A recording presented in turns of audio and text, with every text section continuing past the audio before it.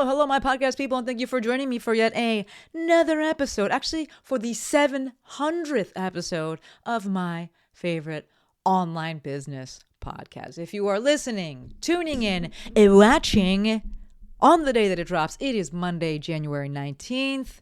Welcome to episode 700. Do I have anything planned? No, I don't. Not because I'm like a anti-celebrate. You all know I'm here for celebration. But mainly because I kind of feel like 750 is a bigger deal. Also, this like kind of came up fast. I mean, I saw it. I had the calendar and everything, but it kind of snuck up and I was like, oh, it's coming. But also 750. That's the big one, I think. Yes, I'm putting some sort of emphasis on 1,000, but 750 seems like the one. So we will hit 750 the first week of 2027. Who knows what that will look like? And that is a good segue for today's topic, which is a twist on how to get more followers. I know that's a whack fucking title, and y'all know I'm not going to spin that, and that's why I did it. But it's what came to mind. So we're going to rely heavily on that twist. Speaking of the twist, quick side note, quick tangent. TV show, The Morning Show. I love it. Actually, I should say I loved seasons 1 through 3. I'm on season 4 now. I don't know how I feel about it. The writing feels different. It feels a little forced. I don't agree with a lot of the things the direction that they're taking it.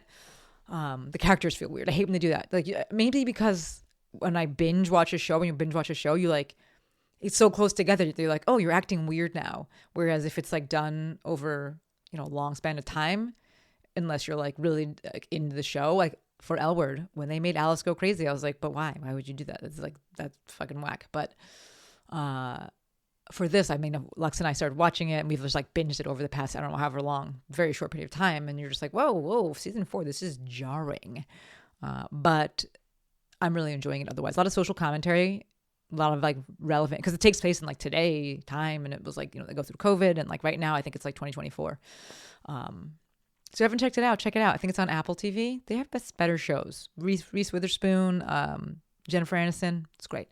But the twist, if you watch the show, they talk about the twist. That's the connection there. But back to the twist that I was talking about, which is getting more followers. And the twist here is, if you want more followers, be a goddamn leader. Right? I have said this forever and forever and forever and a day in my Instagram intensive. And right now in this moment in time, Lord Jesus, I think it's more true than ever. All right, I'm going to do my best to not turn this into an episode where I only speak about the atrocities that we are currently living through. Fuck Trump, fuck the whole administration, every single fucking day. Fuck ICE, fuck all of them. But it's a lot to take in, right? All of this, everything that's going on, it's a lot to take in. And I do take on a lot of it. And so I'm a sensitive person. I'm a highly sensitive person. Jill talks about it and jokes. I take that shit on. And that was like a big thing to learn how to not do when I was treating. Like you just like take that energy on. And I think that's actually why I really liked working with tools, because I felt like it created like an energetic barrier. And I was like, I'm not taking it on because like it's like, ugh, it's a lot for me. But that in mind, and there's being so much going on, and it's so easy for me to take it on. And my guess is we attract what we are. It's a good chance you take it on as well. I'm gonna do my best to not just complain, or rather, I'm gonna do my best to complain in the best way that I can, which is to make something, right? In my opinion, the best way to complain is to make something. So we're making an episode and we're talking about leadership. Right? This, in my opinion, also ties into the world that this podcast lives in, which is online business, because Lord knows that the leadership in that space, the folks that have declared themselves leaders, thought leaders, they're fucking whack as fuckity fuck. Not a single moral to be found. So I figured I'd sit and write out what I think leadership entails. Y'all, we are smack dab in the middle of a cowardice epidemic, right? And the knee-jerk reaction to that is to say, we'll be brave. But to me, that just feels less tangible. It feels less concrete. And in my opinion, it doesn't feel like the solution. But leadership, that does feel like something more tangible and something that I think will actually help solve things. And I do realize that leadership, that the word leader, it like implies front of the pack. But I think that you can adhere to the principles, your principles of leadership, without having people behind you, right? Self-leadership. It kind of ties into that whole quote, if you stand for nothing, you fall for anything, right? I'm looking for self-governance, self-leadership, or I'm encouraging self-governance, self-leadership, so that you are not blindly following anyone or anything, including me, right? So I sat and worked through 7 things that I think make up leadership. I'm going to go through them. And I would encourage you to go and do that on your own as well and think about what it means for you, because everything is, subjective and personal. But so these are obviously based on my values, my experience, my beliefs. And I encourage you to go and come up with your own. So first thing, as it relates to leadership, right? The traits of leadership, what leadership looks like, the components of leadership, whatever you want to categorize these things out. The first one, self-trust as a prerequisite, right? A leader that trusts themselves will not seek control. They're not seeking validation. They're not seeking dominance. Right? I personally believe that grounded leadership comes from internal coherence, not external approval. This is something that I feel very strongly about. All of these things I feel very strongly about. And sometimes this, not sometimes, the external approval piece, I probably could do a whole episode about that and my feelings around that. And I'm not here to shame anyone. And that's why I'm highlighting this, is that if you feel differently, if you live your life differently, I'm not here to shame you. I am here sharing what I believe makes up leadership, what I believe, makes up or is held by, believed by, acted into by a good leader. All right, things that I personally will do. So first one, self-trust as a prerequisite. Second one, radical responsibility, taking that shit, right? Taking ownership even when it is costly, when it's invisible. It's a big one. When it's unpopular, right? Not outsourcing the blame. In my opinion, this kind of ties into what we said before, leadership is not performative. It is not performance. It is the unsexy job of responsibility being taken without the guarantee of praise, right? You're doing shit and people may never clap. They may never see it. And you do it anyway. Number 3, competency as baseline. Y'all know I was going to come in with that. Right? Competency is the bare minimum. You got to know the domain well enough that you can make informed decisions, which, remember, that decisions may be outsourcing and bringing on other people that are domain experts, right? But competency is baseline. Number 4, we're missing this in the fucking government. We're missing this in the online space. Integrity under pressure. Integrity always, right? Integrity first, last, and always, but definitely under pressure. Definitely. Your values cannot, should not change when power is on the line. They cannot, should not change when they are stress tested. Right? Consistency across the board, congruency across the board between your words, your actions, right? Especially when no one's watching. Number 5, agency cultivation. Y'all know I'm all about this. And I think that if any of you that listening and watching this, you're a physical therapist, this is what you do inherently. Right? We kind of say it and we joke about it, but it's the truth, where we're trying to work ourselves out of a job and we're like, you don't need me. Motherfucker's still going to come back. They're going to hurt something else. But it's the goal is you don't need me. To me, with leadership, it's not just leading people. It's orienting them back to their own agency. I refuse to infantilize people. I refuse, unless you're an infant. Why listen to this podcast? What are you doing? If you're listening to this podcast, you're starting too early, right? If you're an infant. I refuse to infantilize people. I expect adults to act like adults, and sometimes I might get in trouble with this because adults be acting like fucking badass little children. But I refuse to infantilize people. I think that good leadership reduces dependency over time. Right? It teaches people how to think, not what to think, how to think. It teaches them how to decide things. It teaches them to stand on their own 2 fucking feet. Right? The goal is never dependence. Never. It's not devotion. It's not control. The goal is agency. It is resilience in others. Agency cultivation. Number 6, long-term orientation. This is a good time because it's the time of the Capricorn. I don't really know the zodiac words, but we are in Capricorn season. I think we're ending it. We're like cutting towards the end of it. But I am Capricorn through and through. We are the steadfast goats. And I'd be looking at the long term, the big picture. All right? You think in terms of systems, second order effects, and the future. It's not about just right now. A short-term win that creates long-term damage is a fucking failure. I said what I said. Long-term orientation. Good leadership. All right, and the last one here. Emotional regulation. This is the hardest one, and I have the most written down about this. And I really sat with this and went back and forth and argued with myself about this. But the long and the short, the initial bullet point here is that a leader does not outsource their nervous system to the public.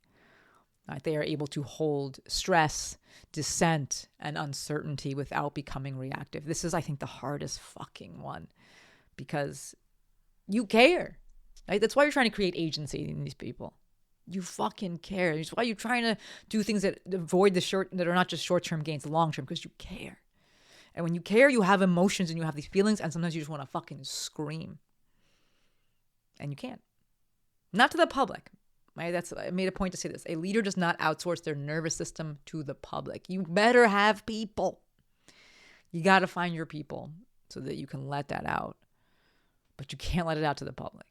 Right? A leader, it's not about being, you're not fragile, you're not reactive, you're able to absorb and orient. And it is tough. It is tough. It is tough. It is tough. I spoke about earlier, you're doing shit without applause. That's that radical responsibility piece. Doing shit without applause also means doing shit without relief. Right? You're able to tolerate many forms of discomfort. Right? Because what feels honest may not always be. Let me say that again. What feels honest may not always be what is useful. Right? It's like, I just want to fucking punch someone in the face. Probably not useful. Feels good. Feels honest.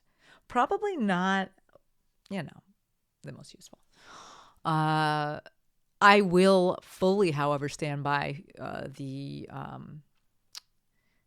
figure who said fuck. Like, it's wild to me that people are like, I'm so offended. And like, motherfucker, what? You're a grown-ass person and you're more offended that someone said fuck than the fact that someone got shot in the face? There's a time and a place. And if you're going to say fuck, you make sure you say it. And you're in a public eye like that. Like, this is my fucking podcast. So I'm saying however much I want. But you're in a public eye like that and like, you're playing the fucking game. Then yeah, when you say it, you make sure you say it at the right time so that it lands. And it landed and it was appropriate. It's always fucking appropriate. But there's definitely this double lift that happens as a leader. Right? You're doing shit without applause. You're doing shit without relief. You are choosing friction on purpose. Leadership looks like choosing friction on purpose. And any of you listening to this, maybe you're like, I'm not a leader, but you have kids. You are a fucking leader. You choosing friction on purpose. You absorb more than you release. You process things before you transmit. You let some things pass through you without amplification. That is fucking tough. All right. And again, this is not about being some emotionless stoic. You gotta have your outlets. Right? But you have to also understand that what is required for the outcome that you want. And being inflammatory and screaming and being reactive ain't it. It ain't going to do it. It ain't going to get you to where you want. But it's tough as shit, right? So, these things that I strategically put emotional regulation as the last one because I think that as you're listening to this and feeling it, you're like, why even be a leader? It's so much fucking work and the double lift. All right, you got to deal with the shit, and then you got to deal with the shit, and deal with other people's shit. Double lift. All right. I think that in general, if you think about being a leader in the public-facing sense of the word, that shit chooses you. I don't think anyone chooses to be a leader. I think it chooses you. All right, where are my oldest daughters at? You didn't choose that life. The oldest daughter life chose you. And now you're wired that way. It is what it is. Right? I think you're born into it. You don't have a choice. There's only one queen bee in the hive. Like, this is how it is. All right. I think that many of you listening to this, watching this, there's a good chance that you are a leader in your community, in your circle, in some way, shape, or form. And that's why I made this episode. And I think at the very least, at the very minimum, I'm not saying this in a pejorative way, but just like going down the list of like trying to cover everyone that may be listening and watching to this. Like you fall into this category. This episode is for you in some way, shape, or form. Right? And if you're not like you don't consider yourself a true like public facing leader, and you're like, I don't know if I'm the leader in my community. Well, at the very minimum, this episode is about self-leadership. Right? Following people is not a bad thing. It's following without standards. Right? It's following blindly. That ain't it. So one last point. I'm still looking at the outline here. One last point, and then I will wrap it up. We'll consider this a bit of preparation, if you will. Leadership can be lonely. And I'm not saying this in a pity me way or like a badge of honor, lone wolf kind of way, but just in a fucking mathematics way. Fucking mathematical way.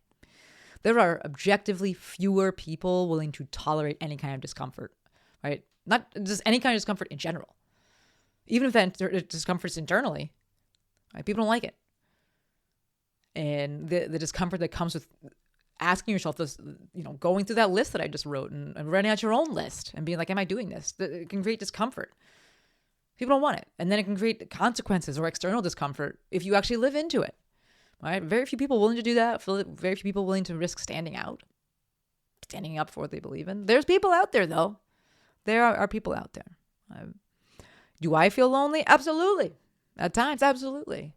But again, it's not, I don't say this in a poor me way. I say it more in like hey, I've been here. I'm still here. Don't be surprised if that's what you experience as well. Right?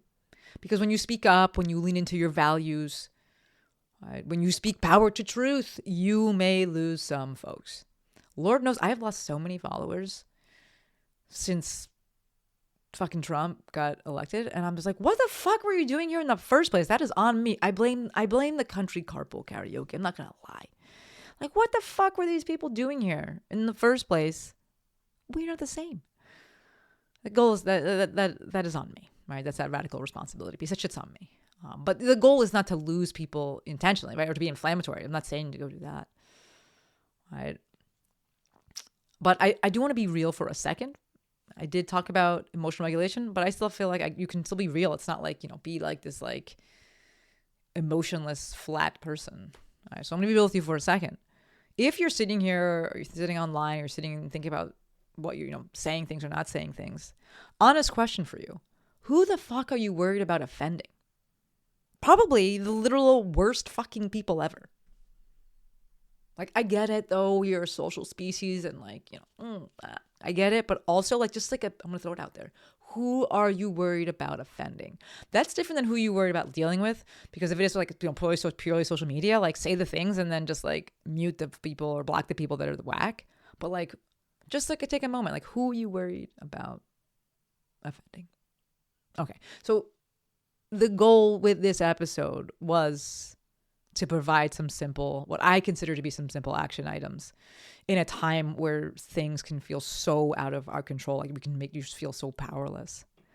I also wanted to tie in something that I said in the months that after Trump initially got elected, and I was like in my feels, and just also looking for action items myself, which is that we can focus on building the type of world that we want to live in. And so if I circle back and tie this episode into the niche of this podcast, which is online business, these action items and my suggestion to go and think about what leadership looks like to you holds true, because Lord knows this space is full of fucking grifters and grimesters. So real quick announcement, and then we will wrap it up. Round 3 of Press Publish is going to start in early February. Enrollment will be the last week of January. So if you've been wanting to launch your podcast, if you're wanting to actually talk on your podcast as opposed to talk about your podcast, get on the interest list and do not miss registration. That's how I sell it. Okay. That's the only announcement. Thank you for rocking with me. Cheers to 700 and cheers to however many more.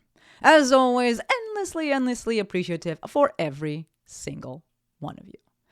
Until next time, friends, Maestro out.